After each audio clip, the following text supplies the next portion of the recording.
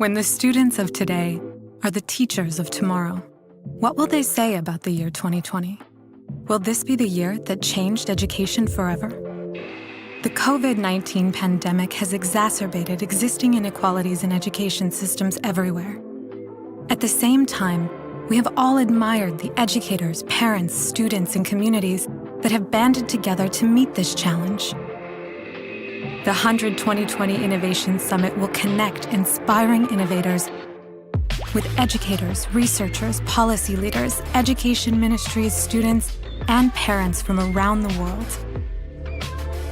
Join us at this free virtual event to share your experiences and learn from like-minded changemakers from over 100 countries. You will also hear from our global collection of leading innovators in K-12 education who are pioneering solutions that help provide quality education for all, no matter what happens. Register now at www.hundred.org/summit.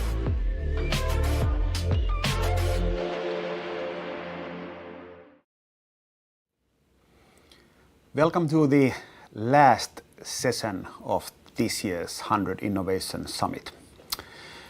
At HundrED, what we do is that we try to identify the best possible education innovations globally, and then we work hard to help them spread.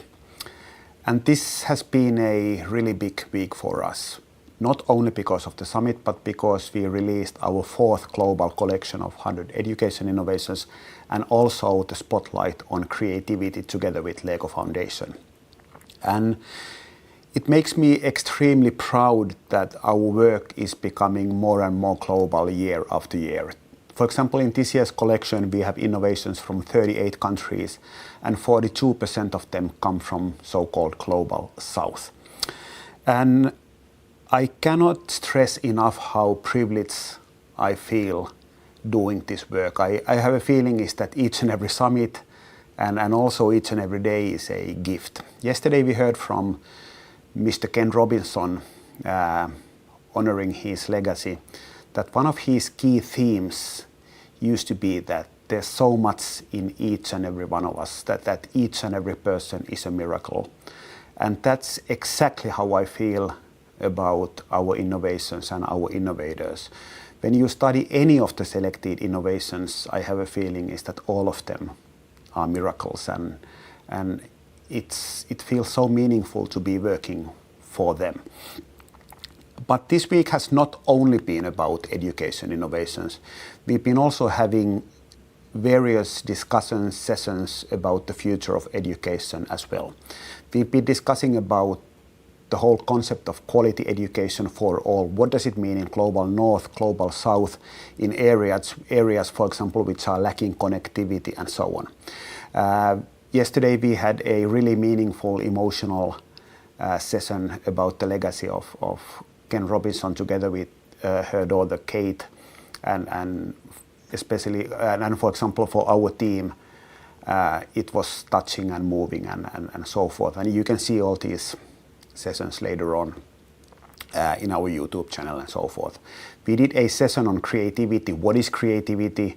How is it visible in K-12 education at the moment? How you can enhance that one and so forth.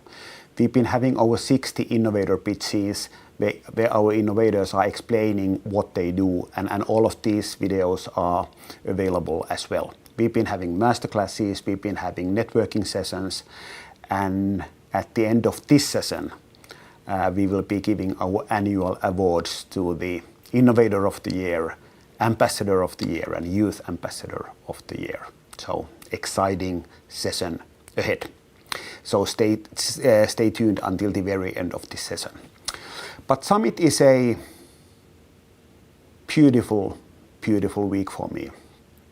And traditionally it's been great to meet all the people coming from all continents, face to face, discussing about the challenges, getting to know each other's, networking, and really understanding the challenges and so on.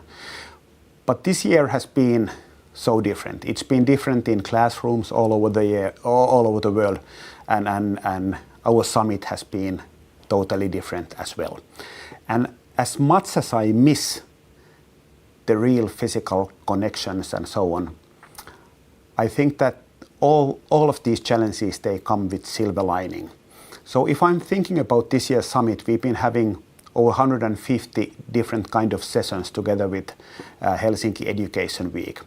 We've been having speakers from over 30 countries. We've been having people participating from 83 countries. And I think that none of this would have been possible if we would have been doing everything physically. We've been using various kinds of platforms. We've been using Attendify, YouTube, Facebook, Instagram, WhatsApp, and so forth. And for us, this has been a learning experience like the whole year has been for the education ecosystem. Not everything has been working perfectly, but at the same time, I have a feeling is that we've been learning so much. And in the future, I think that we are not going back to the normal as it was before the COVID. I think that the following summits will be some sort of hybrids. But before going to the final session today, let's show a short video about some of the highlights during these first days.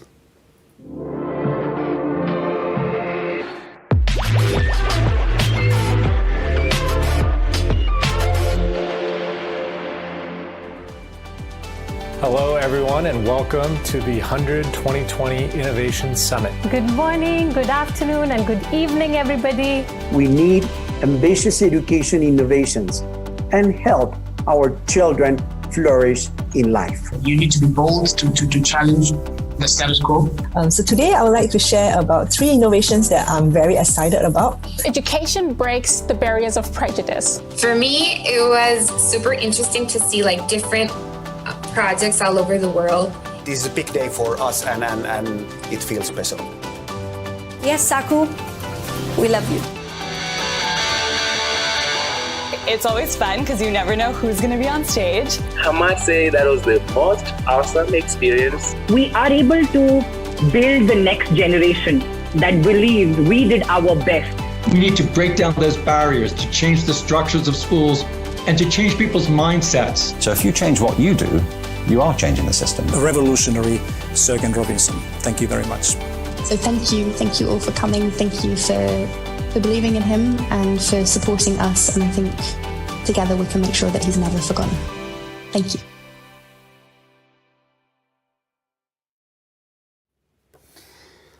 Beautiful. And this leads to the final session. And the theme of this session will be year 2030. And whenever we are using figures like 2020 or 2030, it feels such a cliche and so forth. But at the same time, it is reality. And I think that even if it sometimes feels ridiculous to be thinking about life in 2030, I think that it would be even more difficult, more ridiculous not to be thinking about that one. So when we are thinking about education in 2030, I think that first of all, we should try to understand how does the world look like in 2030? How is it different from today's world? And I think that one key thing is that there's so much uncertainty at the moment. Then how should we improve education accordingly? Meaning is that what do we keep from today's education and what are the things that we should maybe rethink? And then the third challenge, which is even bigger one, is that how do we get there? How do we create an education ecosystem that is providing both excellence and equity? And all of these are massive challenges. And I have a feeling is that this is not only an innovation challenge, this is just as much an implementation challenge. And to kick today's session off, we will start with an interview with a person who is, I'd say, that has more knowledge about education in the world at the moment than probably anyone in the world, which is Mr. PISA, Andreas Schleicher. And this year we have been privileged to do actually quite a lot of cooperation with Andreas and his team and with World Bank, OECD and World Bank. And we've been trying to identify scalable solutions that are helping schools to cope with COVID and the challenges schools and educators are facing at the moment. And we've been really impressed with the quality of the work and how nimble these big organizations are. So big thank you to OECD and World Bank. But here at HundrED, we've been also strongly advocating one thing, which is a student voice. We have a feeling is that in education events globally, we are not giving enough airtime or stage space to young people, and every time we do so, we have a feeling is that we should be doing this so much more often. So when Andreas agreed is that he's going to do an interview together with us about the year 2030, we wanted to give stage to students. And not only give stage, but we also said is that we'll give you total freedom on the questions as well. So the first interview will be conducted by Alice Madhado, who is a HundrED youth ambassador coming from Brazil, and Dustin Liu, who is a youth observer to the United Nations. And with these words, I'll give it over to Alice and Dustin and Andreas.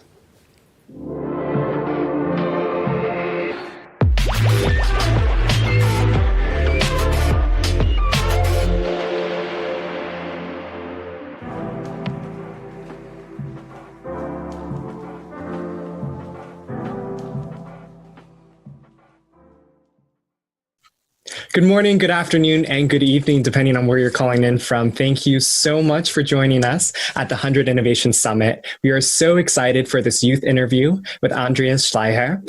My name is Dustin Liu. I'm currently serving as the U.S. Youth Observer to the United Nations. I am so excited to be joined here with Alice, who will be participating as a co-host for this conversation. Alice, over to you.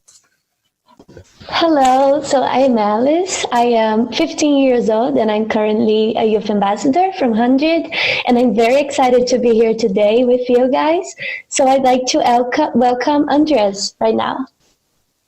And good to meet you, Dustin and Alice. Pleasure to work with you tonight. Awesome. Andreas, I'm wondering if we can start off by you sharing a little bit about your role and the work that you lead at the OECD. Yes, I'm Director for Education and Skills at the OECD. That means, building ways of comparing the strengths and weaknesses of education around the world and helping education systems move through this very difficult situation in these days. Absolutely. And I'm sure right now in the COVID-19 context, we're seeing that on another level. And I'm curious if we can start there. The description of a well-rounded education, when we think about what we would hope, what skills and competences we hope that every student leaves with when they finish formal schooling, what comes up for you and how would you describe a well-rounded education? Well, I think we should expect students to be able to think for themselves and to work with others, people who are different from them, who may think differently from them. It's about our capacity to imagine, to create, to build something of intrinsic positive worth. It's also about our capacity to manage tensions and dilemmas. The world is no longer black and white. Often we need to navigate ambiguity, manage complexity. But perhaps most important is the capacity to mobilize your cognitive, social, and emotional resources to take action, to do something. Now, we know a lot of things. We can do a lot of things. But actually, our capacity to bring that to action is perhaps the most important aspect. Now, in a way, the advent of artificial intelligence pushes us to think much harder what it means to be human. And I think that's the most important aspect. I really love how you just focused on those human skills, those qualities that can't be replaced by robots, right? It can't be replaced by AI. As we think about the future of work, which is constantly evolving, and especially right now when we're in a virtual environment, I feel like it's sped up in its nature. There seems to be an absence for a lot of folks, the idea of real skill building in preparation for life. So how do we keep pace with the changing work environment and translate that within a school setting? How do we create the conditions where young people are gaining those skills practically that you mentioned, those skills of imagination, those skills of being able to grapple with complex issues? How do we build that in a school environment? Well, the dilemma for schooling is that the kind of things that are easy to teach and maybe easy to test have also become easy to digitize, to automate, to outsource. The world no longer rewards you just for what you know. Now, Google knows everything. The world rewards you for what you can do with what you know, how you can mobilize yourself. Now, that is, I think, the dilemma. And if we want to sort of build that student agency, we need to give students room to experiment, to do something, not to be passive recipients, but to be active learners, to be co-creators of immersive learning settings. And we do actually see in many schools, many teachers striving for that. No longer sort of transmitting knowledge, but teachers becoming good coaches, good mentors, good facilitators, good evaluators. So I think there is that transition underway. But I think the most important part is if we want students to be active, we have to give them room to actually exercise activity. Now, schools are often very good to keep students inside and the rest of the world outside. And the more bridges we can build between the learner and the real world, the better we will educate people for the real world. Sometimes it's great to combine work with study. Some vocational educational programs actually are doing better than academic programs in sort of helping young people to work on real problems, to work with real people, to solve real problems that have real consequences. So I do think we can create those kinds of learning environments that facilitate this. Absolutely. And what I really appreciate there is you're describing what we need for change makers, where you're describing the students that we need in order to push against these really complex global issues. And I think as part of that, we need creativity. So I'll pass it over to Alice to lead us into a conversation about ways in which we can foster creativity in our schools. Yeah, I really like that part about giving room to students, and I believe that this is very important. So I have a question. How can we make sure, what is one thing that we could change in schools to make students' creativity flourish? Yeah, if you want young people to be creative, you have to give them room to maneuver, to experiment. If they experiment, they will need to take risk. If they take risks, they will make mistakes. And if our education systems are not very good in helping students learn from and with mistakes, probably the young people will not become so creative. And what's behind that is what we call a growth mindset. The belief that actually, you own the learning process, that you can change things, as opposed to, it's all made up with my genes and my social background. So where young people have that sense, I can change things. I have that ownership, that kind of growth mindset. We will most likely also see young people who are willing to exercise agency, willing to take responsibility. And that is the foundation of creativity. And creativity is not something, it's this one in a million idea. Creativity is something that we can actually exercise in every situation, every day, if we have the space for that and the support for that. I think something that I've heard from educators who are not yet bought into this idea is that they're skeptical that creativity is such a crucially important skill. I often like to share with educators that I work with that the imagination of a second grader is so important and we need to keep that flame alive. So I'm curious for you, what is something that you say to educators that you have felt has helped move that conversation forward? How do you help people understand that creativity is just so important and is a crucial skill that our students should have leaving our formal schooling? Well, I don't think there are many people who would dispute the importance of creativity, but I think there are many people who are not quite sure how we develop that best. No? In a way, the most creative people are the smallest children. They try out everything, something new. They cross all bridges and they, make every effort. They go through every boundary, and somehow we lose that kind of capacity. We get more afraid of change. We become more entrenched in our ways of thinking. We don't think so much out of the box as small children. And as an educator, if you actually are really fostering creativity, it means, you do not teach young people the established wisdom of our times, but actually you help them to question the established wisdom of our times. And that means they will question you as a teacher. You're going to see a very different dynamic. And that's what I mean when I talk about co-creating learning situation. I think that's the difficulty that many educators face. It's not the importance of creativity, but it's actually how do we actually foster creative thinking and creative working. Speaking about disrupting norms and being able to, deal with complex and adaptive situations, what we're experiencing right now in the COVID-19 context is certainly an example of that. And I think in terms of this COVID-19 context, we've seen that the digital divide when it comes to education, as education moves to virtual environments, has become really salient. I'm curious if you can share a little bit about what education stakeholders can do to mend this gap to ensure that even in a COVID-19 context, we are ensuring quality education for all. Yeah, this digital divide has many dimensions. I mean, the first dimension is simply physical access to technology. Now, you need to sort of be able to access the digital world in order to participate in it.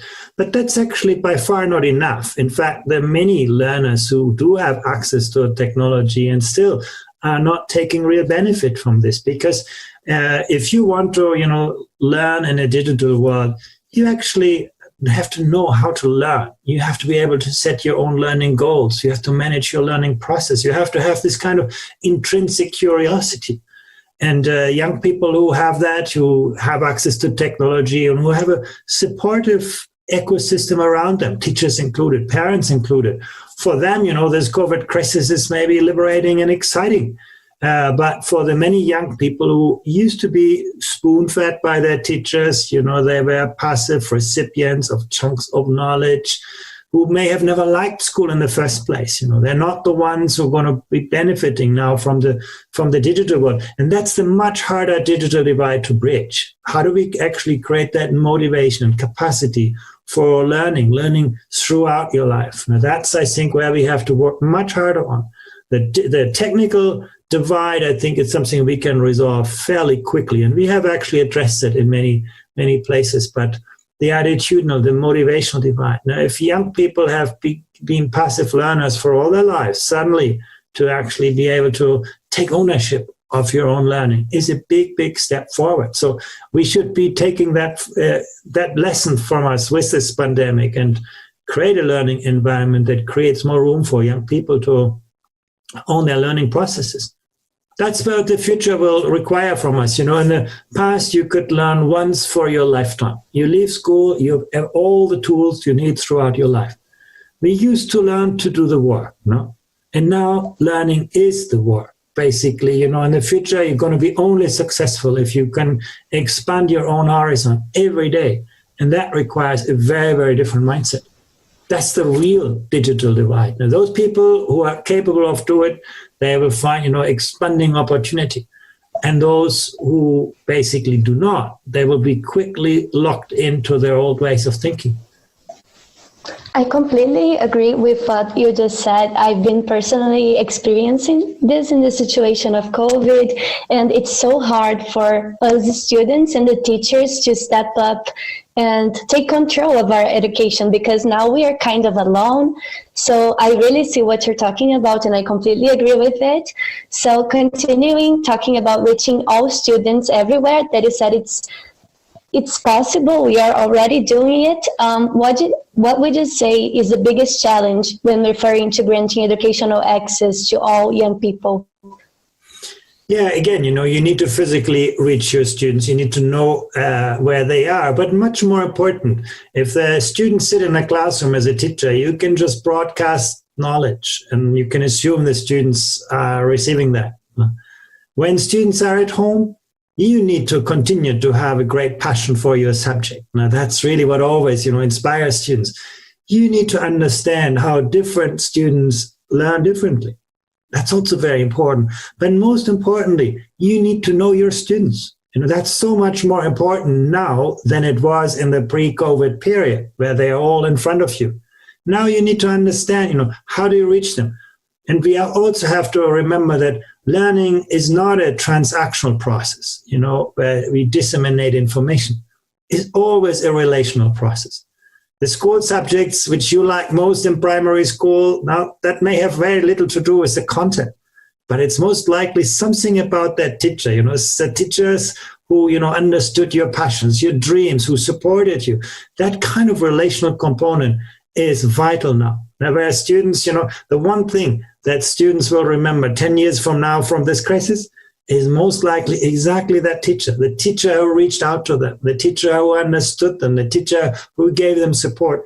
when they were needing it. So reaching all learners really requires that kind of social fabric in education. It requires, of course, the networks of information, like ways of basically bringing students together, the online education. But most importantly, it requires that kind of social fabric in education. And that's very, very hard to create for all students. No?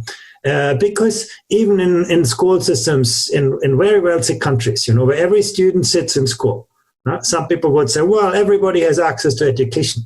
But that doesn't mean that everybody really learns and everybody is really inspired. That is what, access for all really, really means. That is not about, putting everybody in an institution, but it's ensuring that everybody can develop their full potential. I think what you're hitting at here is really the power of education, the ability for education to really transform the ways in which we see ourselves as change makers, see ourselves as creative folks, see ourselves as being able to navigate really complex situations. And you touched on this idea of international education, how we really need to push forward those ideals in classrooms across the world, not just putting students in institutions. And on the vein of that question, how can international organizations intervene in countries and ensure the quality of education that you're describing without disrespecting sovereignty or political options? Yeah, I'm not sure it's so much a question of intervention, really. I think what international organizations can do best is opening the eyes of people. In a way, I think one of the problems that we have in education, that it's a very inward, focusing business. Sometimes the teacher doesn't look outside to the next teacher. Sometimes schools do not collaborate with other schools. And often education systems know very little about other education systems where they can learn from.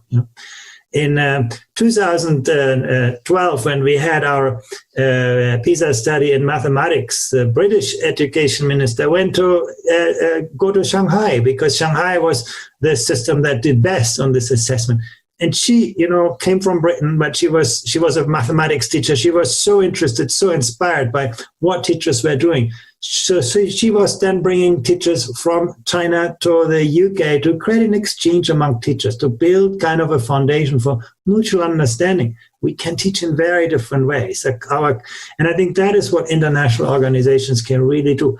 In this COVID pandemic, at the OECD, we have been very, very active to share knowledge about, remote learning, digital learning, 21st century pedagogies. Those are the things. As a knowledge broker, a knowledge, in a way, our greatest strength is not to tell anybody what to do, but our greatest strength is to tell everybody what everybody else is doing, and then to help people learn from those kinds of experiences.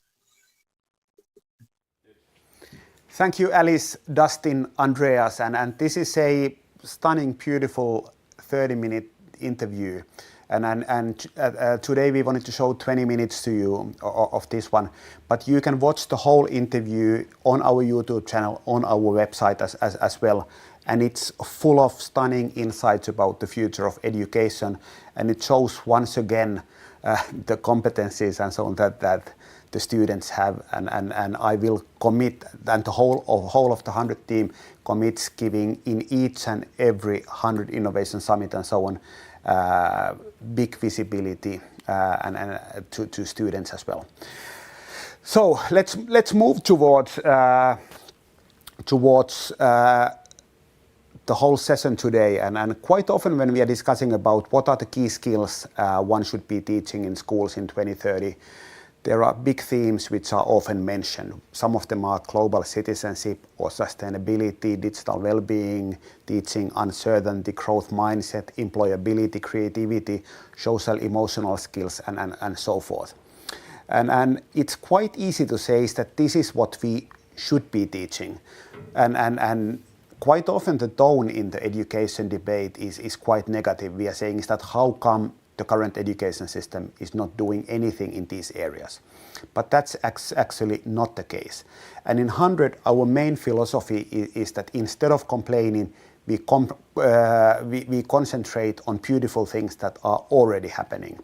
And today we wanted to show you 3 examples of 2030 skills already in action. And we have 3 innovator pitches today, and all of them come from our Global Collection 2021.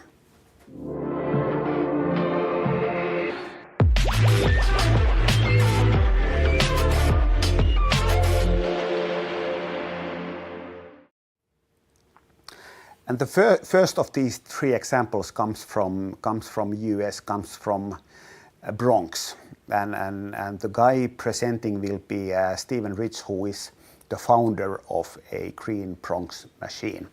And Green Bronx machine is using urban farming to transform students, schools, communities in challenging neighborhoods, and they are doing beautiful things in difficult environments and so on.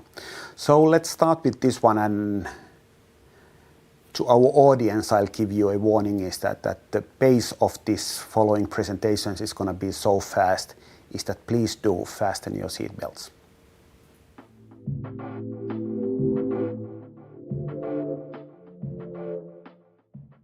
Hi everybody, I'm Steve Ritz from Green Bronx Machine, and we're 12 stories up in my home, otherwise known as my COVID classroom, right here in New York City. I'm here with books, my puppet, my mobile farm, the incredible Green Bronx Machine curriculum, and of course, our tower garden, where I am growing food 365 days a year using 90% less water and 90% less space. Today, we're going to dive deep so you can understand how to grow food using this incredible technology. I'm proud to be using the Green Bronx Machine curriculum and a tower garden from the North Pole to the South Pole to grow healthy food, healthy schools, and healthy outcomes. So today, I want to dig deep and make sure you understand how the tower garden works. Let's jump straight to this video so you can get a picture. Tower Garden's state-of-the-art aeroponic vertical garden system uses both water and air to produce more colorful, better-tasting, and incredibly nutritious fruits, vegetables, and herbs. Tower Garden has a 20-gallon reservoir at its base that stores the Tower Tonic nutrient solution. Developed by experts in plant and human nutrition, Tower Tonic Mineral Blend enables superior plant growth and better nutrition from your Tower Garden produce. This process begins once the seedlings have been placed into your tower garden. Here they will be nourished with Tower Tonic nutrient solution. Inside the reservoir is a small, low-wattage submersible pump. The pump pushes the nutrient solution up the tower to the top. From there, the nutrient solution drips through the central tower using a special device that evenly cascades the solution over the exposed plant roots. On the journey down the tower, the nutrient solution feeds the roots and becomes highly oxygenated as it gently cascades down the reservoir. This process is continuous, providing fresh oxygen, water, and nutrients to the roots of the plants. This patented aeroponic process enables food crops to grow faster than they would in soil, so they can be harvested more often. This tower has been growing in my living room for 24 days, and look at the amazing growth. Right here are smaller pods that enabled me to grow smaller food or sprouts and microgreens with much greater density. I want to show you what 4 weeks elapsed time growth in a tower garden looks like. Using 21st century technology, it is absolutely wild to see what you can do with students. Check out this rooftop garden. These are not Photoshop images. This is growing food on a rooftop using 90% less water and 90% less space. But not only are we growing food, we're growing money. That's 24-day-old living gourmet lettuce. I like to say we're not working harder, we're working smarter. And my students and I are growing ourselves into a whole new side of paradise. I couldn't be more proud of all the food that I've grown with students all around the world using Tower Garden, and I couldn't be more proud of the Green Bronx Machine classroom curriculum. Over 300 pages, 600 links aligned to Common Core Next Generation Science Standards and International Baccalaureate, along with P21, helping to ensure that each and every learner meets the United Nations Sustainable Development Goals. This curriculum is available in English, Spanish, Arabic, and soon will be available in other languages all around the world. So my urge to you is to get out there, grow something greater, make EPIC happen, and take control of the food system and your diet today.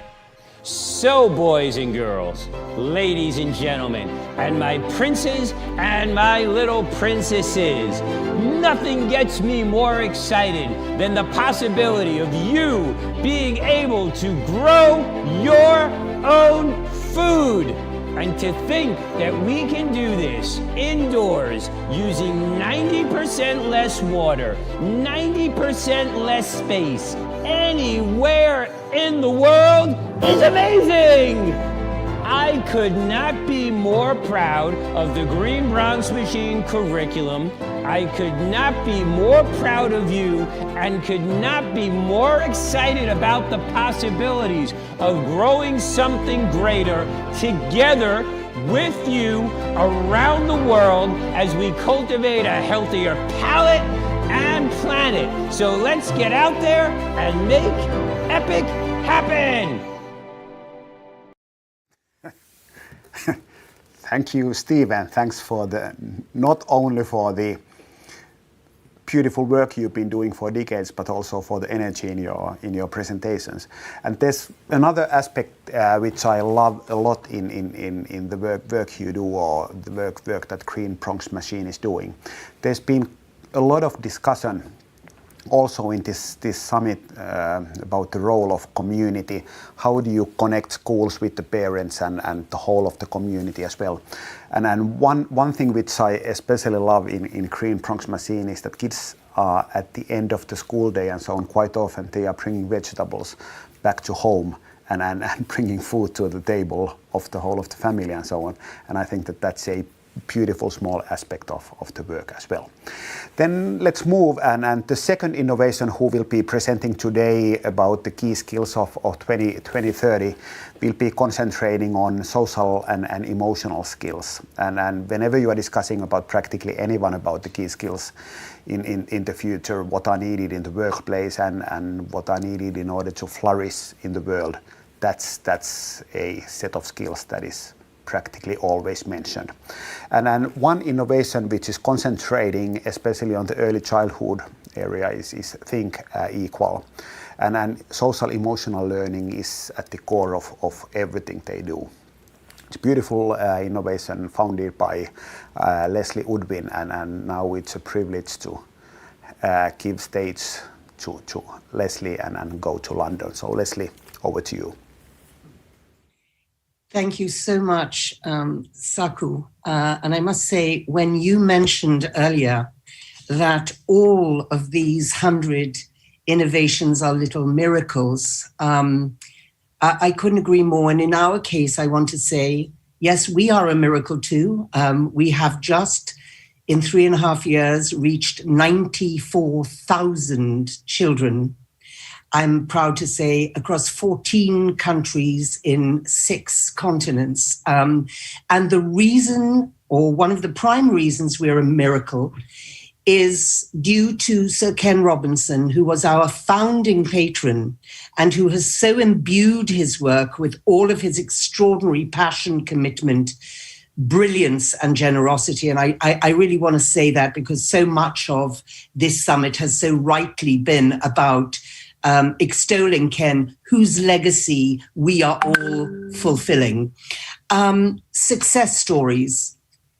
For us, the only success we ever want to claim is transformation of our children in that optimal window of opportunity that we have.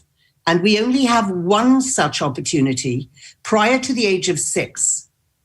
where we are able to set the foundation. And no, I'm not giving up on children or youth or adults and lifelong learning above the age of 6. I'm simply saying you can only set foundations once. And so for us, I want to just give examples, two, briefly, of the success of how we have impacted our young learners. A little girl in Sri Lanka whose mother dropped her at school and came rushing into the teacher and saying, what have you been teaching the children now, right now, like yesterday, or I need to know, please, it's very important. The teacher said, well, we have a new program called Think Equal, which we've just started. Tell me what has happened and I'll explain perhaps. The mother said, look, I have a major problem in my home because my daughter, who's, by the way, 3 years old, this child we're talking about now, right? My daughter doesn't like dark skin, said the mother. So much so that the maid we have at home, who's been in our family for generations, and I cannot sack this maid. She's part of the family, but my daughter won't let her near her. Now, in the morning, it's okay. I dress her, I feed her, and I bring her to school. I then go to work, and when I come back from work, my daughter is starving because she will not let the dark-skinned maid near her. The mother dared to say she was born that way. The reason she was agog with excitement and wanted more of what the teacher had been teaching her was this. That morning, as she was getting her ready to school, for the first time, she sees her daughter caressing her maid's arm and saying, look, you are dark brown like chocolate, and I am light brown like cinnamon. And do you know that we are one brown family? Why? Because in thinking, we teach tangible and concrete, completely concrete and prescriptive. We teach them that if I was white, then that would match me, but it doesn't. And if this little girl here were black, then what color is her hair then? Can anyone tell me? So we are one brown family, just different shades of brown. Now that is but one example of the 90 lesson plans per level. We have 3 levels for the 3 to 6-year-olds. We have therefore 270 lesson plans that have been created with the input of Ken, Vicky Colbert, the 2 co-founders of the Yale Center for Emotional Intelligence, etc. 200 plus resources and critically 80 narrative picture books, which we have created to experientially teach empathy, the glue that holds it all together. I'm going to hand over now to my wonderful CEO, Giulia D'Amico, who will tell you about a success we've had in the face of COVID. Thanks, Leslie. Back in March 2020, in consultation with the World Health Organization, we have developed a book with activities specifically thinking about parents and families with kids in lockdown at home. The idea was to helping them coping with COVID-19 and at the same time find a way of explaining it to children, to their kids, why they were not able to see their friends and they were supposed to stay in-house and not going to school any longer. In a moment of time when the world was asking us to maintain social distance and is still asking to do that, we believe that kids should be more than ever connected emotionally.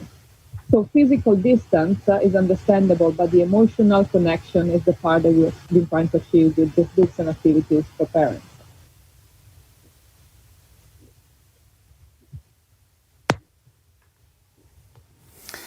Thank you, Leslie, Giulia. Thank you, London, Miami. This again shows how beautiful world this is. The silver lining is that we can go from Helsinki to London, Miami, and to practically all continents. At the moment, we are having audience in all continents, which is great. And also, I really like when Leslie was talking about being proud of Think Equal being able to spread to 14 countries. And I think that maybe this is a good time to explain also what is one of our key goals here at HundrED. What is our goal is that we, throughout each and every year, we try to help half of our innovations to spread more than 10% annually. So for example, if we can somehow promote Think Equal, that they can be adding 1 or 2 new countries to the slate, we are more than proud. That's enough for us. So 10% more spreading, scaling for each and every innovation, that's the goal. And if we are successful in 50% of the cases, we are proud, we are happy. And then the third example of 2030 skills already in practice is going to the area of globalization, going to the area of refugees, migration, and so on. The name of the innovation is NaTakallam, and it's an innovation connecting displaced people like refugees with students around the world, providing affordable learning experiences. And the presentation will be given by Aline Sara, who is the CEO of NaTakallam. So Aline, over to you.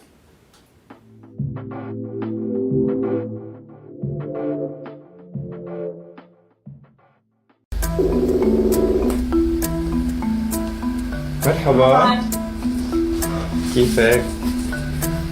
ماشي الحال؟ صباح الخير أول شي. كانت شو؟ أيوة هي صغيرة. شو زهري؟ يعني بينك. الزهر أكيد. إيه أبيض. يعني كان شوي وضعي صعب، لسه جديد بلبنان، ما كتير عندي شغل.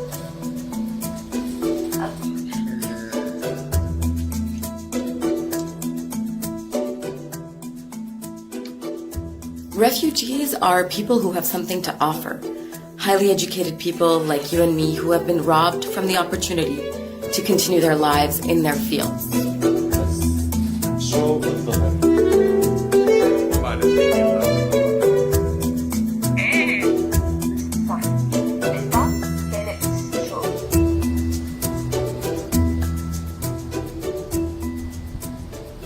هاي الكونفرزيشن دائما هي بتكون مثل لما بقعد انا ورفيقي نحكي انا هيك صار معي انا كذا. We just talk about our lives and how the day went and how the week went, and it makes me realize how, again, he's a person just like me. هي اكثر شيء اكتشاف يعني نتكلم، فانا عم بكتشف اكثر كيف الناس برا، كيف تفكيرهم، فهي الشغله كثير منيحه.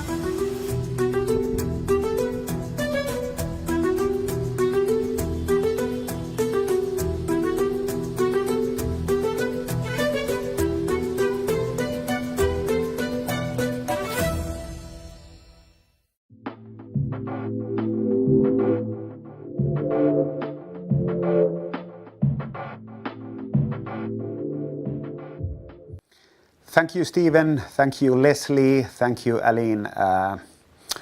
And at HundrED, we are having dozens of innovations which are almost just as high quality as these 3 examples. And if you want more information, you can go to our website and you can go through the innovation page.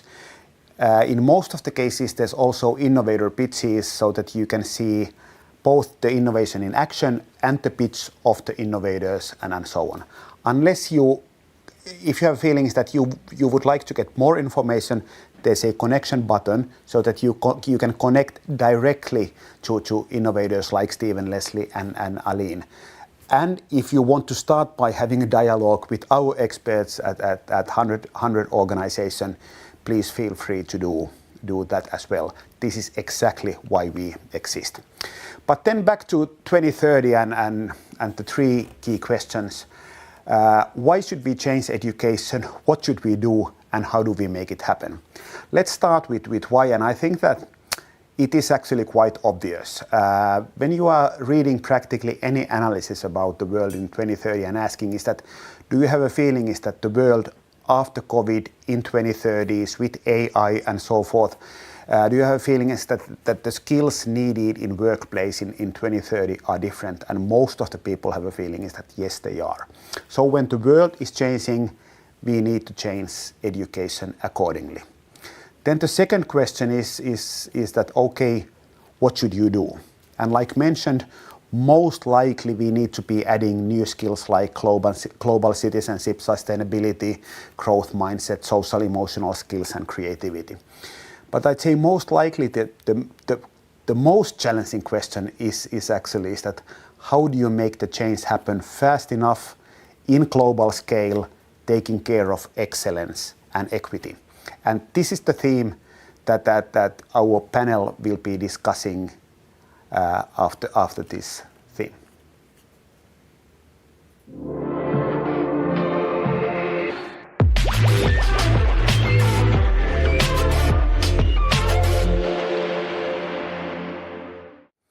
So in our superb 2030 panel, again, all the guests we are having come from our global collection, which means that they are not only saying what should be done, but they are actually doing it each and every day in classrooms all over the world. In panel, we will have Janine Mistry, who is the CEO of Kids Education Revolution. We have Kim Carr, who is the co-founder of iCan. We have Alison Bellwood, founder of World's Largest Lesson. And then we have Greg Baer, founder of Remake Learning. And as mentioned, all of these are innovators from our latest global collection. And this session will be hosted by Mr. Vikas Pota, who has been doing actually so many stunning things in the field of education is that it's almost impossible to list all of them here.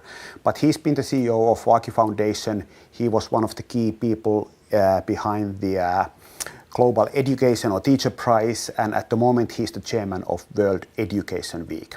And it's such a pleasure that Vikas has promised to be facilitating the following discussion in here. So with these words, over to you, Vikas, and the panel.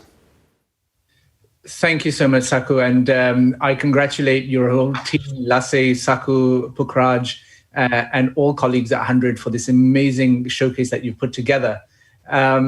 It goes without saying that the conversation that I've heard so far has been pretty inspiring and thought-provoking.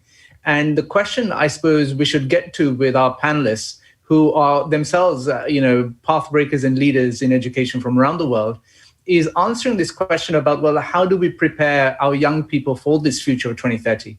Now, to give you some context, even prior to COVID, the UN and all government agencies had surmised at this 5-year juncture of the SDGs, saying that things had already slowed down and we're on target to actually miss the target. And then COVID has come along, which has further compounded the problem. So before COVID, it was tough enough to try to push and achieve those targets. After COVID, who knows what's going to happen? Well, the answer lies in what you're going to say, actually.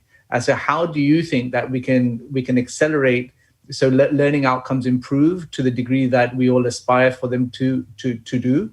And what strategies should we actually employ to make sure that this goal is achieved?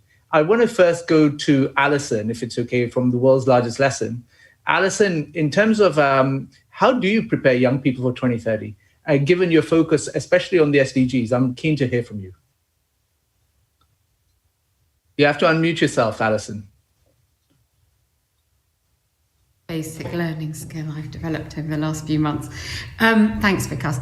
I think one of the things that we're really trying to do is to encourage students and teachers and communities at large to reframe or re-establish the purpose of education, and to try and move it from in our minds as being something which is purely there to be got through with barriers along the way that can help us get to jobs, pass exams, etc., to repurpose and reframe education as something which is for all of us to be part of in order to create a better and more just and sustainable world.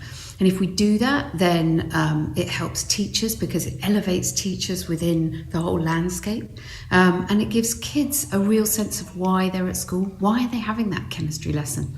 Why are they doing things that sometimes are boring? And we've noticed when we do that kids really do, they show up, they take part. It might sound simple, it might sound obvious, but it's an important part of what we've been trying to do.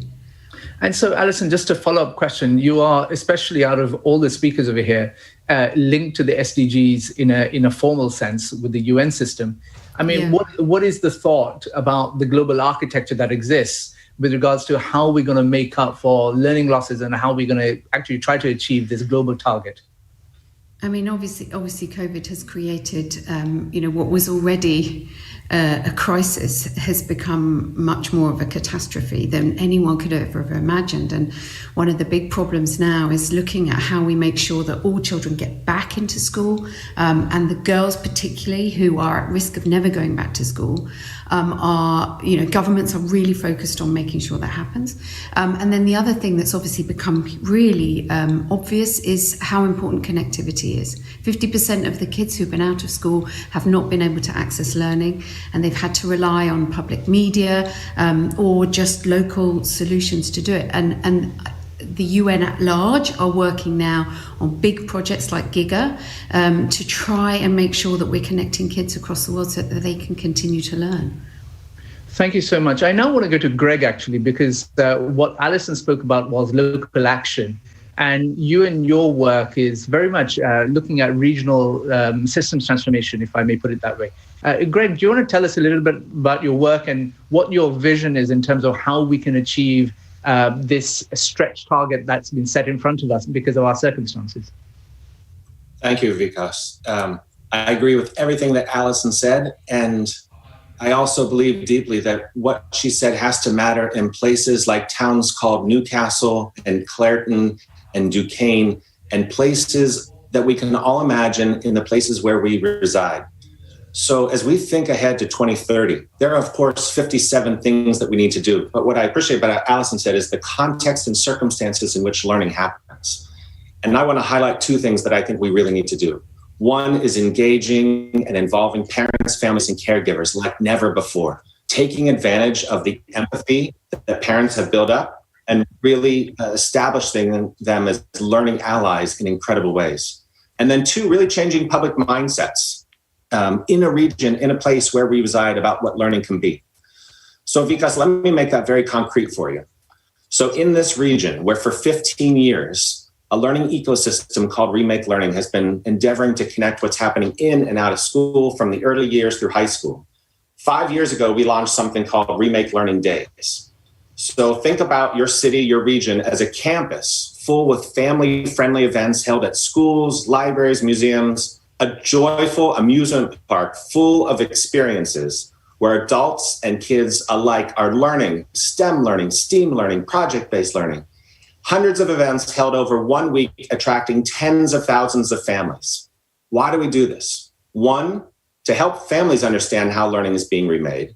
Two, to support families as they embrace new ways of learning for their kids. And then three, to encourage families and parents and caregivers to ask their schools, their libraries, their after-school programs about what they're doing and how they're embracing new ways of learning to the future that our young people will enter into. And then secondly, Vikas, we've got to build public will.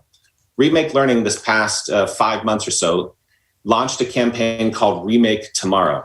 The idea was to build a sensibility, not just about the things that we need to do right now, but the learning that we need post-pandemic. It was a campaign that consisted of more than $1.5 million distributed to local schools and other learning sites, articles, reports, more than 60 events. What are the results of this? More than 24 million people reached online, more than 27,000 actual engagements, more than 14,000 attendees. I mention these numbers because this is how we build public will in places like Newcastle and Duquesne and Clareton and all of the places around the world where we need to change what we're doing. Greg, just for the benefit of everyone watching, where exactly are you in the world today? So I'm in Pittsburgh in the state of Pennsylvania, a place garnering worldwide coverage right now for all sorts of reasons. I'm in the United States. So, Greg, apart from other events that are taking place in the US that we're all watching at the moment, can you tell us what you what you said sounds really cool, actually. Does it work?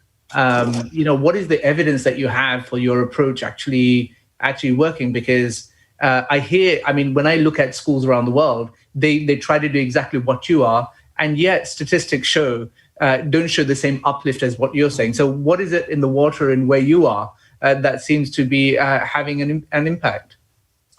It works. It's active, it's community organizing, it's community mobilizing, and it's years of tireless work.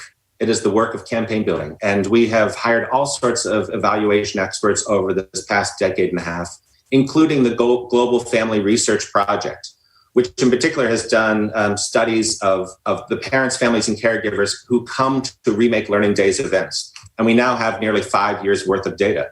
And we've seen in that data the upward trajectory of the ways in which parents understand STEM and STEAM learning, the value that they attach to new ways of learning, while still appreciating the things that are timeless and classic about learning, like the role of nurturing relationships. The real key is about how we forge what is timeless and classic with these new ways of learning. And we have the data to demonstrate that parents and families are valuing it in a different way. And then also the experience of schools, museums, libraries making different decisions about how they're spending their budgets, how they're building spaces, how they're investing in professional development and learning. So, yes. Thanks a lot. Kim, I now come to you in your work. Please, before you speak, though, tell us where you are. I'm in Northern California, USA. Wonderful. So tell us about your work and how we should approach what we are trying to explore through your perspective and your lens. Yeah, so hashtag I Can Help is we get to empower student changemakers, promote digital safety, and then we get to celebrate youth innovation. So it's all around the digital space, right? So digital citizenship and digital wellness, which is now found out we need this more than ever, right? So we were doing this since 2013. And students, there's been surveys, we're addicted to cell phone devices, 50% of them. So now can you imagine how many of that is now of how much addiction, even adults, how many are there addicted? And so it is trying to figure out, we really believe in the digital wellness is such a key, important part. 1 out of 5 students have some kind of mental health issue. That's before COVID, but 5 out of 5 students have mental health. Right? Even humans, 5 out of 5 people have mental health, right? So we really believe that we need to start having conversations more frequently about digital wellness and about wellness and mental health, right? That just needs to be done. And you need to use social media to do it because 48% of students are not turning to adults to have conversations anymore. Where are they turning? They're turning to their online communities, they're turning to their peers. So now you got 13-year-olds talking to 13-year-olds about their anxiety, about their depression, and they're not turning to adults. But we need to change that because as adults, we still need to be in their life. So we really believe in the side-by-side model where adults need to be walking side by side with students, not in front of them and not behind them. So if your students are on TikTok, you should be on TikTok knowing what that is. So you can have conversations. You're going to see a different TikTok than them. What's called your For You page is going to be different than theirs, of course. But at least you know the lingo and you can talk to them about it.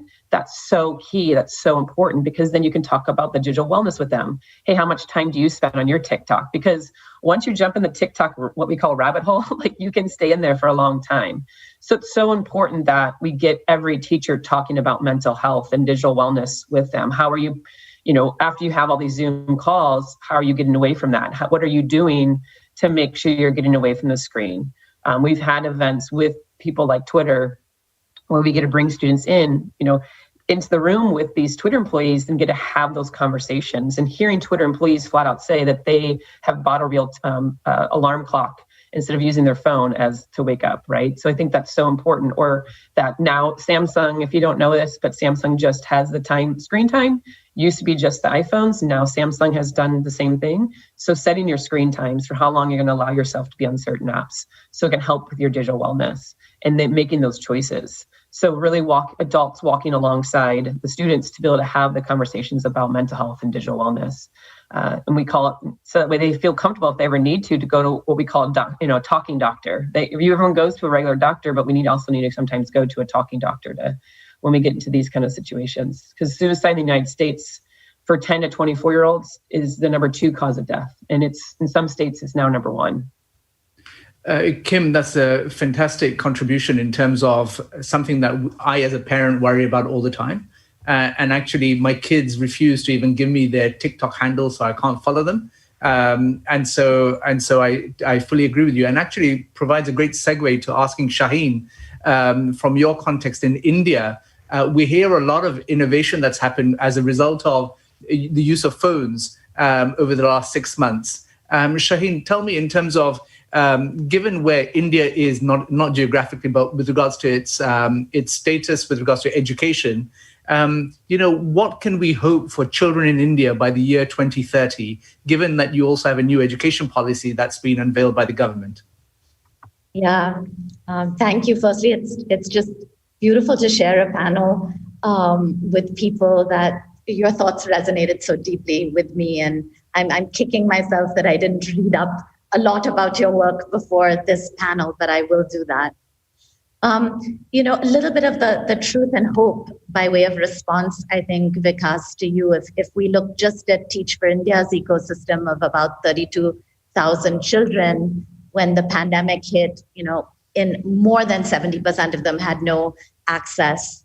But overnight, they not only needed education, but they also needed rations and food. And so it's been a major reorganizing for the organization to become a relief organization, and then to go out aggressively and try and procure devices for our children.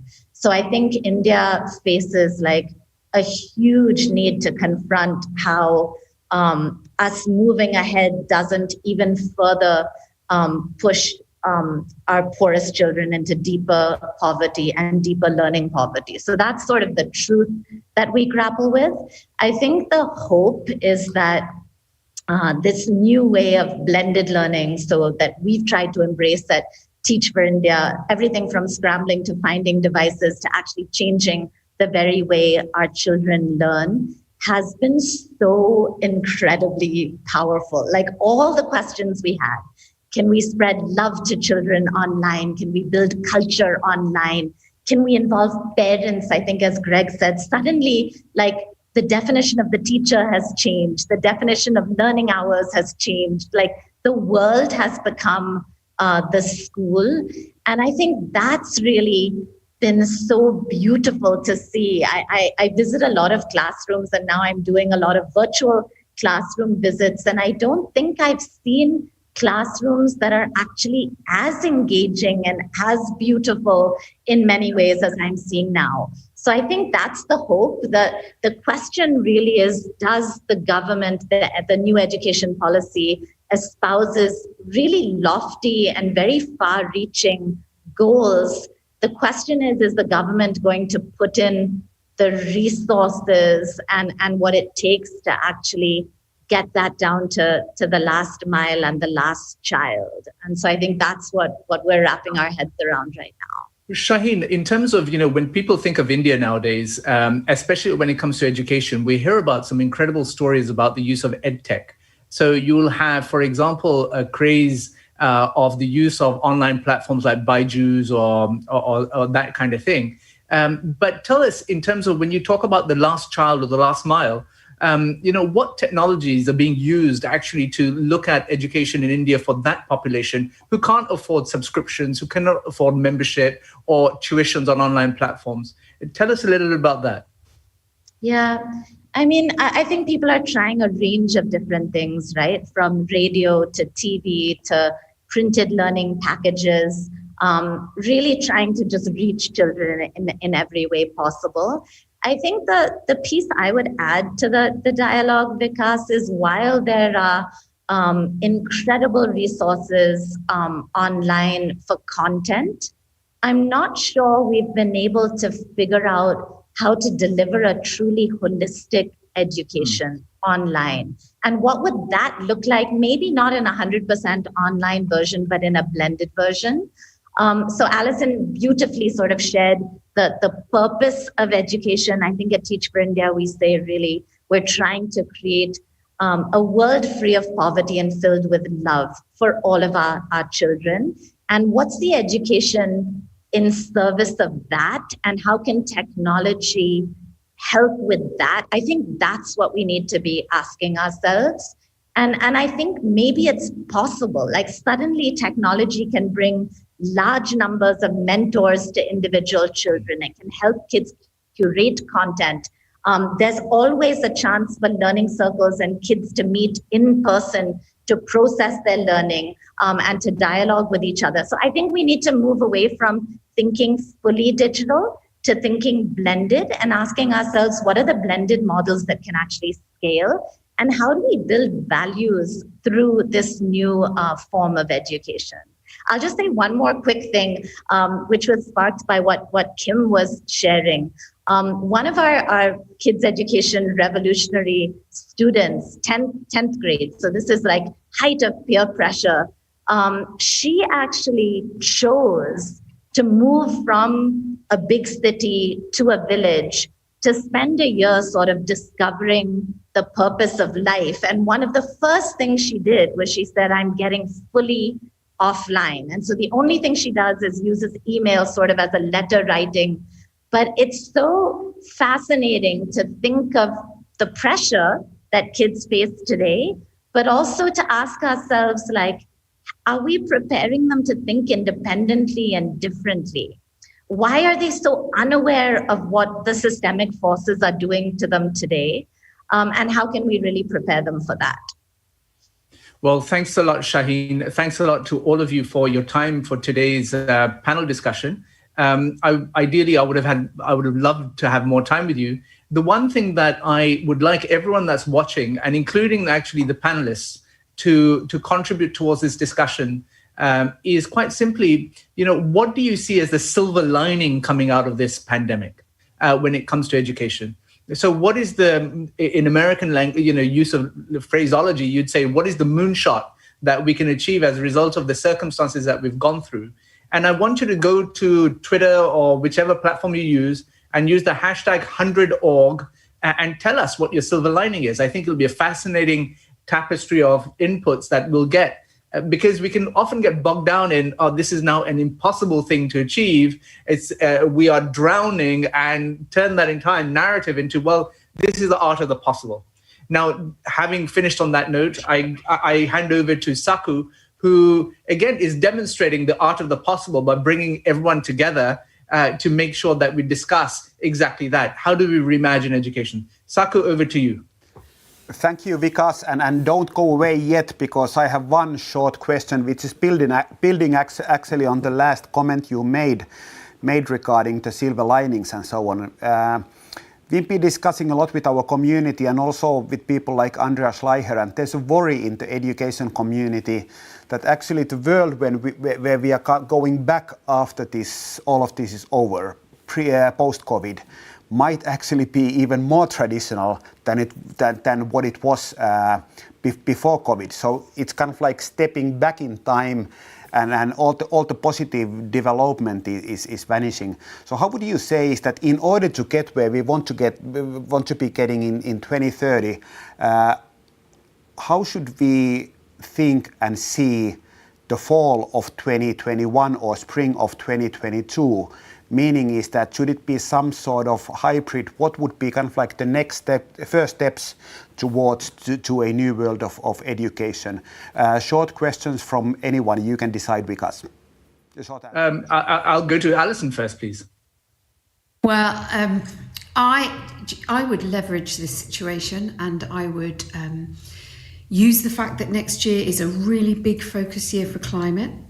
We have COP at the end of the year, and climate education is on the agenda, and we must get countries to sign up and say that they will educate for climate across the world, and get countries working together to find solutions with teachers to make it happen. And I would use this moment so that by the beginning of 2022, that's what we're looking at, a list of countries who are doing it.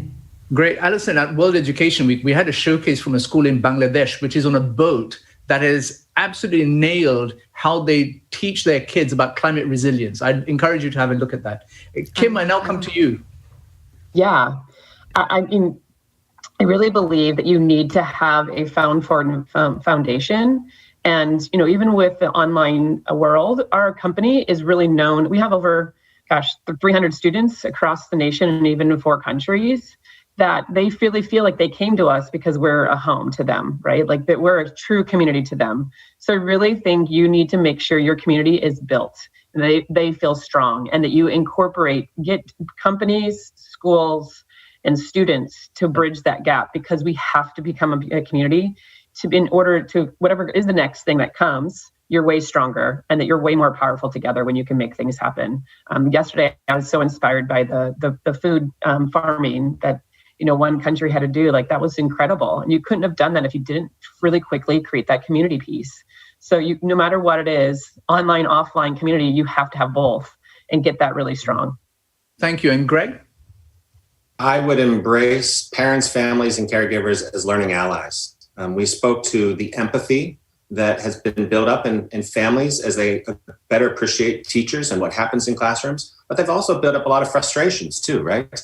And so as we look to the next school year and the years beyond, how do we really rethink family engagement? How do we think about maybe positions as directors of relationships in schools that are really forging new family engagement strategies? Because even absent a pandemic, Vikas, all of our work always is in danger of being faddish unless we really engage parents, families, and caregivers. Because I feel like if we engage families, the work then becomes sticky, because families value it, they want it, they start asking their school boards about it, they start asking elected officials about it.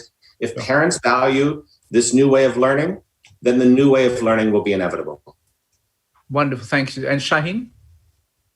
I would say students as partners at every level of the system. Like, this is the dream that keeps me awake at night, right? Like, why are we not, half of us on this panel today, students? Every education conference, every dialogue, every time an education policy is written, every time a classroom is taught, can we move from doing this for our children to doing this with our children? They have the idealism, the love, the hope. They want to solve education and change it. They have the highest stakes, and yet we leave them out of the dialogue. So I think that's really where the biggest hope is. Saku, my response to this, and it wouldn't surprise you given my focus for the last decade or so, is around strengthening the capacity of the teaching profession. We know that, and Andreas is quite famous for having coined this phrase, which is no education system can outperform the quality of its teachers. And that stands true. And we have to actually place them, as important as the kids, we have to also place them in our considerations very deeply, because the health of that profession is critical to all of us achieving our goals. And so I will leave it at that and hand back over to you, Saku. Thank you, Vikas, so much. Thank you, Shaheen, Kim, Alice, and Craig. And actually, it was a beautiful kind of like gateway to yesterday's discussion, or our homage to Ken Robinson, because one of the key themes on yesterday's session was the valuable relationship between student and a teacher as well. So we are all on the same page and so on. So to close this session, before our 3 awards, the Innovator of the Year, Ambassador and Youth Ambassador of the Year, we are hearing a closing keynote from Alice Madhado, who is the leading education specialist at IDB. And she's also running a large initiative to rethink education. And what she's doing is that she's not only rethinking education, but also work life in 2030, and doing it from the global perspective, combining Global South and Global North. So I have a feeling that she's in a perfect position to give a closing keynote before our awards. So with these words, over to you, Mercedes.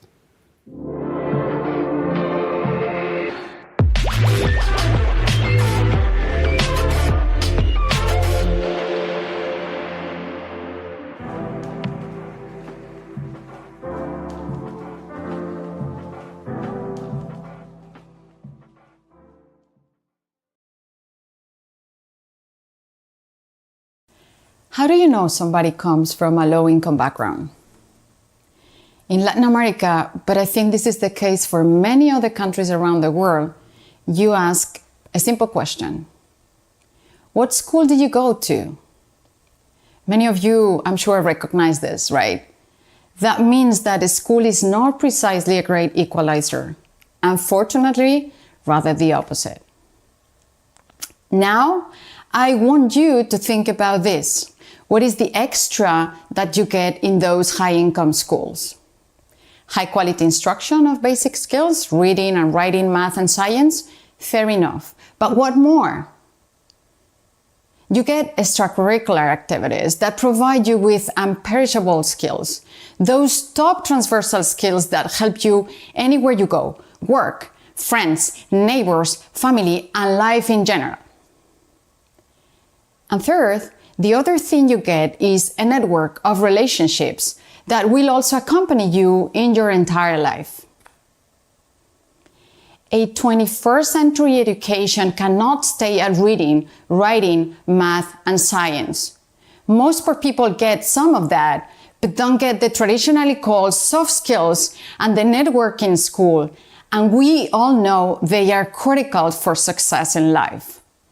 They predict better school results, social-emotional development, higher wages, career advancement, physical and mental health, individual and collective well-being. There is something we cannot forget.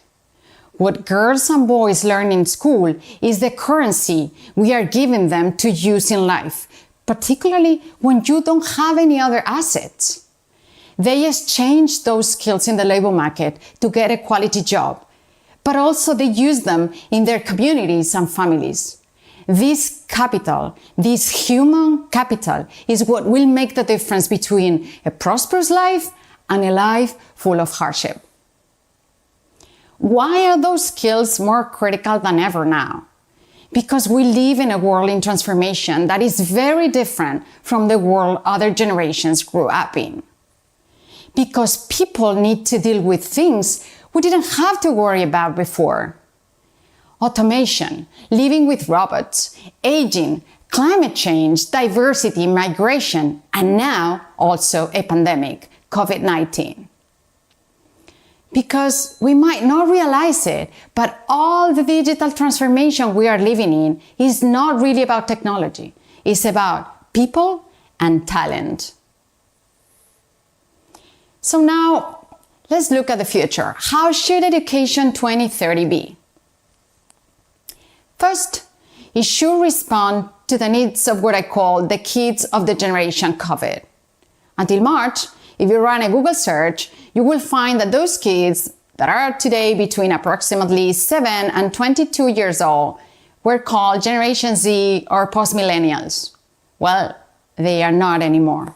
They have been hit by the worst crisis in the last century and found themselves trapped by the pandemic, either starting, in the middle, or finishing their studies. Let's just get some numbers. In LAC, about 150 million students 5 to 18 years old had to stay at home. Pre-COVID, only about 60% of low-income students attended secondary education. In addition to those numbers, our analysis estimates that about 1 million students will drop out due to the pandemic. Unemployment in the region has also increased by more than 12% due to COVID and is hitting the youth harder.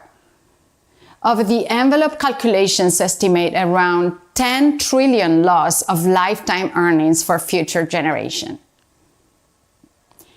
Second, education should be a leveler. In 2030, social origin shouldn't define anybody's destiny, or at least the school should be the equalizer that is not today. Investment in human capital through school is the main alternative for low-income children and youth to climb up the social ladder, to have a better life than their parents. Traditionally, they have been offered segmented social services. Middle and high-income children do not study in the same centers as low-income children. They don't have the same teachers and they don't see the same doctors when they are sick. With such unequal starting points, COVID has come to worsen an already existing inequality trap. I want you now for a moment to look at this. This is Angelica Benston, a pole vault athlete. What's interesting here is how she moves from here on the floor after her pole breaks. This is her last attempt. She asks for encouragement to the public. She gets the pole of a running mate. She tries again and she makes it. I want you all to look at this and to think of this because this is the leap, very similar to the bounds that thousands of poor kids need to do to make it from here, like Osvaldo living in extremely vulnerable neighborhoods with violence and crime, low resources and low educated parents, to here, where we see him participating in the Education Commission of Paraguay. And third, Education 2030 should be about connections because they need to survive in an interconnected world. We need to connect people with the right skills that are going to be useful for them as persons, as professionals, as citizens.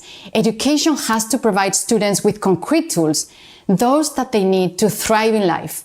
Do not depreciate over time. On the contrary, they increase their value over time and allow us to gain other skills.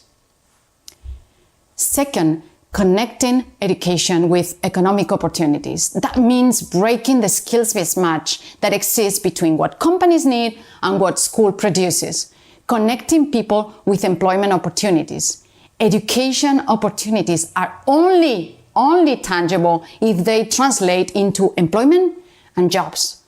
The real test for how well a student did is not the final score she gets on test, but how useful is what she learned to get a quality job, start a successful business, or have a prosperous life. And three, connecting actors within the ecosystem to make sure that they all work together to increase the quality of education, make it more relevant to the market. Education is not anymore the responsibility of the state. It is a shared responsibility because we all need to contribute to a system in which learning will not happen anymore from 0 to 18 or 25. It will be a lifelong journey. Now, what are these imperishable skills that we all need to navigate an uncertain world? These are the skills. And let me just briefly highlight a few of them. Today, I'm not going to talk about digital skills as it is quite obvious that no one can survive without them. Let's start by learnability. If technology is changing at an incredibly rapid speed, the world we live in, including our jobs and occupation, we need to keep on learning. How to use a new app, a new coding language. If many of the jobs that exist today will disappear in the coming years, either we learn to do other things and we reinvent ourselves, or we will end up unemployed and replaced by a robot. Learning to learn allows people to keep getting into new things, to be aware of what you need to manage your own process and needs, and identify opportunities and overcome obstacles, because we all learn, gain knowledge and skills in very different ways. It helps you build on prior knowledge and experiences to gain new skills faster and in a more efficient way, both at home and at work. Let's now move into critical thinking. Think of the massive amounts of information we are exposed to. How do we distinguish what's relevant and what's important from what is not? How do we recognize truth from fake? How can we assess if a piece of information is grounded in solid scientific research or somebody just made it up? Critical thinking enables people to have an informed and ethical engagement with information, with digital technologies, and with media content. But hey, young people are not only consumers of content, they also produce content. So critical thinking is also key to support students and everybody to contribute with verified, respectful, and ethical content. Creativity. Creativity is the ability to produce work that is at the same time original and useful. At the individual level, creativity helps, for example, solving problems in your daily life or at work. But at the level of society, creativity is critical for innovation and for scientific findings. Think now for a moment of all these scientists that are, as we speak, working to find a vaccine for COVID-19. Not only creativity is critical for human development and survival, but a recent study surprisingly found that the creative skills are similar in arts and sciences So basically, the capacity to solve a problem by a musician when she composes a symphony is very similar to the ability that applies an engineer to deal with a construction challenge. It requires being open to new ideas, employing divergent thinking, and maintaining a sense of flexibility. These attitudes, dispositions, skills, and knowledge are all transferable from one situation to another. And the last one, resilience and grit. We already said that not all of us are born at the same starting points and with the same opportunities. If we want 2030 to look different than today, we will need to foster in our youth resilience, perseverance, and passion. That's the only way we can make sure that those vulnerable kids make the leap they need to change their destiny. Let me share with you the story of Diana Trujillo. She is an aerospace engineer and part of a NASA team that just launched a rover to Mars.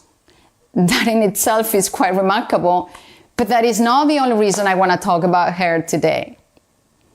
She is Colombian of origin and she arrived as an immigrant at the age of 17 to the US with only $300 in her pocket.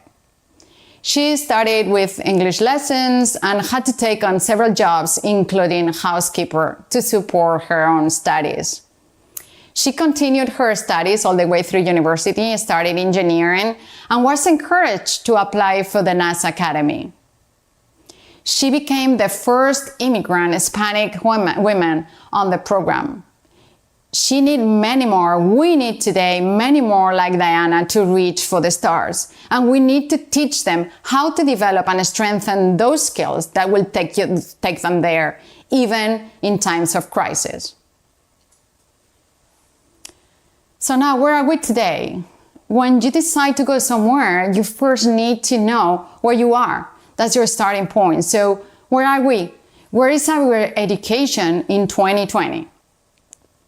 Well, here the bad news is that unfortunately, education 2020 is not that different from education in the 1900s. And where the system really falls apart is particularly in the connection between education and employment and economic opportunities. Our education systems are preparing our kids and youth for yesterday's and today's jobs. But hey, not for tomorrow's jobs. Look, for example, here in the last World Economic Forum report, when they look at the barriers to the adoption of new technologies, what comes first is the skills gap in the local labor market. And that goes for other sectors as well. Automation is opening up an incredible number of possibilities we cannot imagine yet. Every day we discover something different. Some estimates tell us that more than 50% of the occupations of the future are unknown today. We need to prepare students to deal with uncertainty because the reality is that we don't know a lot of things. Many of the jobs that we have today, could be up to 50% or more depending on the country, are specialized and repetitive, which basically means that they could be easily done and replaced by machines. The labor market is becoming increasingly polarized. Another important trend. On the one hand, we have the low-pay occupations that require a combination between manual labor and the ability to work with people. Examples: professionals taking care of children and the elderly, or people with disabilities, the bartender, the hairdresser. And in the other extreme, those high-pay occupations that require higher-order cognitive functions, critical thinking, leadership, and highly specialized technical skills. And oops, the jobs that were right in the middle before are in the process of disappearing and being taken up by machines. See, for example, here that the job roles that are in decreasing demand are precisely those like data entry clerks, administrative assistants, secretaries, accountants, etc. Now, when we look at our education system, we see that it's creating second-class robots instead of concentrating on creating first-class humans, because they teach us what computers are best at. specialized and repetitive predictive work, accumulation of information and data, and compliance with instructions. Whereas we as humans are much better at and cannot be replaced by a machine when we interconnect ideas and things that have not been linked before. When we are faced with situations that we could not predict, when we have to use and understand our emotions to solve a problem, or when there is a need for new ideas. So now the question is, why would anybody spend 12 years or more in an education program that does not give you the tools you need to work and to have a good life? And yes, the answer is indeed, they are not. Many people are either dropping out or abandoning any learning path, or looking up for other alternatives, certifications, micro-credentials, nano-degrees, digital badges, or boot camps in different topics from programming to data analytics. And there is a growing market responding to those very specific needs of both the companies on the one hand and the young people in search of economic opportunities. This, together with those teachers that, with their individual initiatives, are trying really hard. Thank you, Mercedes. A presentation full of interesting and insightful information. And as with all the presentations, you can be screening this afterwards in our website, in our YouTube channel, and so on. But now do the final spectacle. And it's time to reveal our annual prizes. And that's why I have here beneath me with the studio, Mariah. Hello, everyone. My name is Mariah O'Mara. I am the head of media here at HundrED. If you have registered on the Attendify platform, you might remember my name from some of the many emails that I have been sending you over these past few days, weeks, and maybe even months. Just a quick reminder, I know that we have some people watching with us on YouTube and Facebook. If you have not yet registered on the Attendify platform, we encourage you to do so. You can find the innovator pitches, all of the content from the previous 3 days there. It is available for the rest of the weekend. So I encourage you, it is free, just register. Okay, and then drum roll, maximum possible silence. Get your champagnes ready and so on. We start with the 3 prizes, and we start with a Youth Ambassador of the Year. Mariah, over to you. Thank you, Saku. I'm very excited to announce the Youth Ambassador of the Year 2020. She is actually someone that you have gotten to hear from earlier today. So we would like to say a big congratulations and a big thank you to Alice Madhado.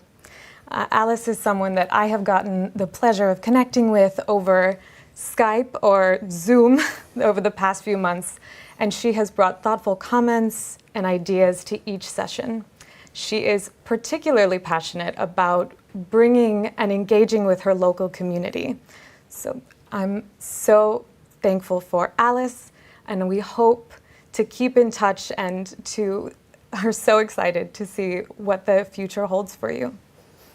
Excellent. And when I mentioned the champagne, obviously we mean non-alcoholic version of the champagne in here as well. So to Alice. And then the next one will be the Ambassador of the Year. Like mentioned, is that 100 ambassadors are a crucial part of 100 community. They are our eyes and ears in countries. They are helping us to identify innovations. They are helping us to spot innovations. They are organizing events and so on. And the Ambassador of the Year is Derek Bartos from Australia. And you can definitely have a glass of bubbly with us virtually and hopefully next year in person. Derek is a ball of energy. And I have to admit, I am never excited to get an email except if it's from Derek. His energy and enthusiasm can be felt around the globe. He has organized 3 Glocals since last year and has 1 more in the pipeline before the year is up. He has been instrumental in growing our Australian community, bringing together innovators, ambassadors, educators, and youth from all over the country. So we want to thank you so much, Derek, for everything you do and continue to do. And for all of our innovators out there, 100 Global is a concept where we are introducing both local and global innovations to a local community of educators. And if any one of you want to be organizing a 100 Global, please do. And if any one of you want to become an 100 ambassador, please do come to our website and find more information. We wouldn't exist without our vivid community globally. And then the last one is the Innovator of the Year. Last year, the innovator was Vishal Talreja from Dream a Dream. And the Innovator of the Year this year is, drumroll, Pierre Monpré.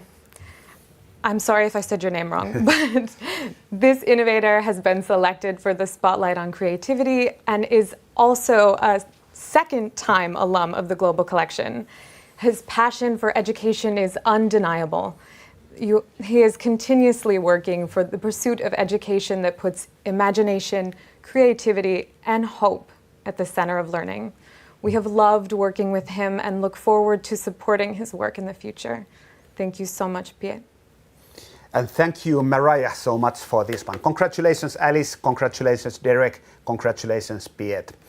And this ends the 100 Innovation Summit 2020. But it only means that we are ending the summit. And the work we are doing, like mentioned, is that what is the key thing at 100 is that we try to identify impactful and scalable education innovations, and then we help them spread. And after this one, we go back to a daily work, and what we try to do is that we try to come up with new ways on how to enhance the visibility, the credibility of innovators, how to give them new connections in all continents and so on. We have the new global collection visible on our website. Please do go and check that one. We have 3 new spotlights on creativity, on bilingual education and visual arts, and there's so much more which you can find from our website. And like mentioned is that none of this would be possible without our community, with our country leads, with our ambassadors, with our youth ambassadors, and so on. So like mentioned previously, if you want to join the Growing 100 movement, the Growing 100 family, please do. We are more than happy to welcome you, no matter where you come from. And our goal is that we would be having 100 innovations from each and every country of the world, but also we want to be having 100 ambassadors in each and every country of the world. 100 is a global non-profit operating from Finland, and none of the work we are doing would be possible without our partners. And I cannot unfortunately mention all of them, but there's 3 that I would love to mention. One of them is Lego Foundation, and Lego Foundation has been doing really the backing we've been getting from Lego Foundation has been elemental regarding the creativity spotlight, but they've been also helping us to organize this event. And as previous years, 100 Innovation Summit is organized at the same time as Helsinki Education Week. So I want to be thanking the city of Helsinki for providing spaces, being active, creating connections between innovators globally and innovators in Helsinki. And lastly, I want to mention Supercell, a company that has been believing in our mission from day one, and none of this would exist without the help of Supercell. So we are deeply grateful for their help. I want to thank innovators, the growing family of innovators, and we all know that each and every innovation that has been selected to our spotlights or the global collection is always a group work. There's so many people working in order to change the education and so on. And we are deeply grateful having opportunity to be working with all of you. I also want to be thanking the whole of the 100 team. Lasse, who's been doing fantastic work during the sleepless months before the summit and so on. There's so many moving parts in organizing this online event, and like mentioned is that it hasn't been without problems, but it's a learning experience, and it's been really inspiring to try to do new things. And I'd say that this is the uncertain world we are moving into. And as much as I have been enjoying this online experience and as exciting it is to be connecting people from Miami to London, Africa in the short time span, I'm also eagerly waiting the future. And I would love to invite you to Helsinki in November 2021, providing that all of this, the situation around COVID is better then. If it's not, then most likely we will continue an online form, but there will be one day, there will also be a 100 Innovation Summit, which is happening face-to-face here in Helsinki. But it's such a pleasure to be working with all of you, not only during the summit, but also between the summits, trying to create connections, trying to help innovation spread and so on. And the last thing which I would love to say is a short message to our educators, the community of educators. And I know that especially in difficult times like these, helping each and every kid flourish can be an extremely stressful and lonely job. So the work you are doing, I have a feeling, is that it's not getting the visibility, the recognition it deserves. So to each and every one of you who are working with kids, who are working in classroom, who are helping each and every child flourish, we love you. We have a massive respect towards the work you do. So with these words, I want to thank you for the work you are doing. I want to thank you for participating in 100 collections and in the summit this year. And hopefully we will see you in 2021. So the last word is Finnish, and it is kiitos. Thank you.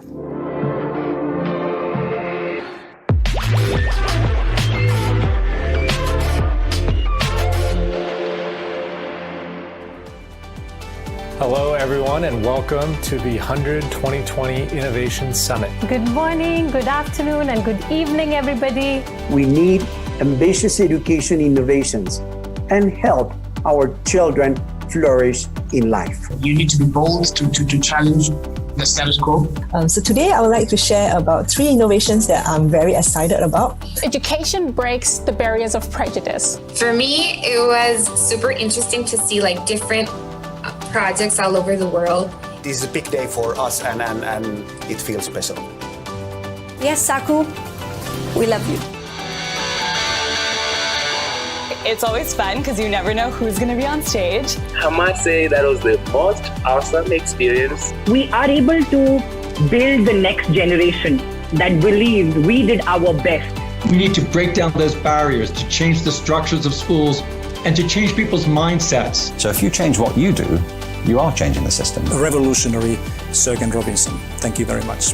So thank you all for coming. Thank you for believing in him and for supporting us. And I think together we can make sure that he's never forgotten. Thank you.